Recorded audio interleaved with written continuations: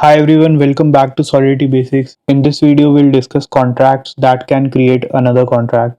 This paradigm is known as creating a sort of contract factory where one contract can create multiple contracts.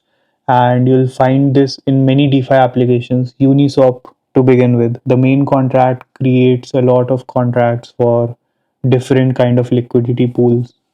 So contracts can be created by other contracts using the new keyword, and we'll see an example here. We have a car contract and a contract called car factory which will create multiple car contracts.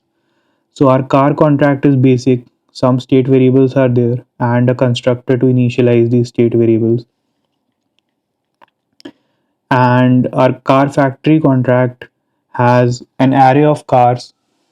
Basically it will keep an array of all of the car contracts it has created. And we have another function that can create new car contracts whenever we call it.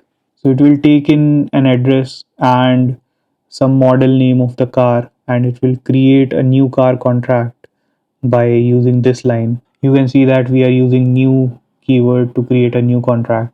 We pass in the address and the model name, and it initializes the new car using that address. Address would be the owner of the car and the model would be the string that we have passed in. The car address would be initialized to the address of that particular contract, and then we'll push that entire contract in our cars array. I leave out the rest of the stuff because that is not very relevant here. uh, this is more than enough to explain this concept, so I'll move ahead with the demo on the remix ID.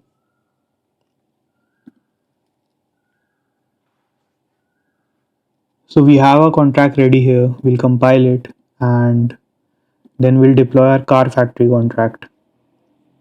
So we have our car factory contract deployed here. We'll create a new car. Let's say the owner is going to be this account, and for model we'll just go with a Hyundai.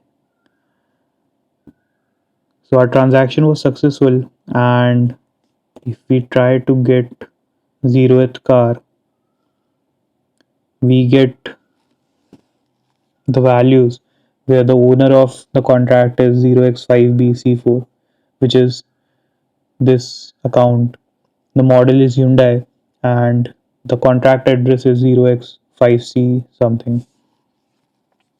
We can also directly check on the cars array because this holds the contract addresses.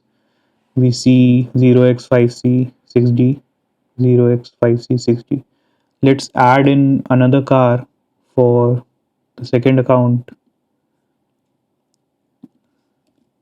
and this time let's say we add a Toyota. So we do a transaction and we try getting another car. So now the owner is 0xABB2 and this is the address of our account.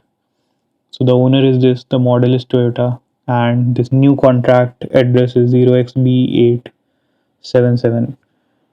Again, we can access it here, 0xB877. So this way, using one contract, we can create multiple other contracts. And I'll see you guys in the next video.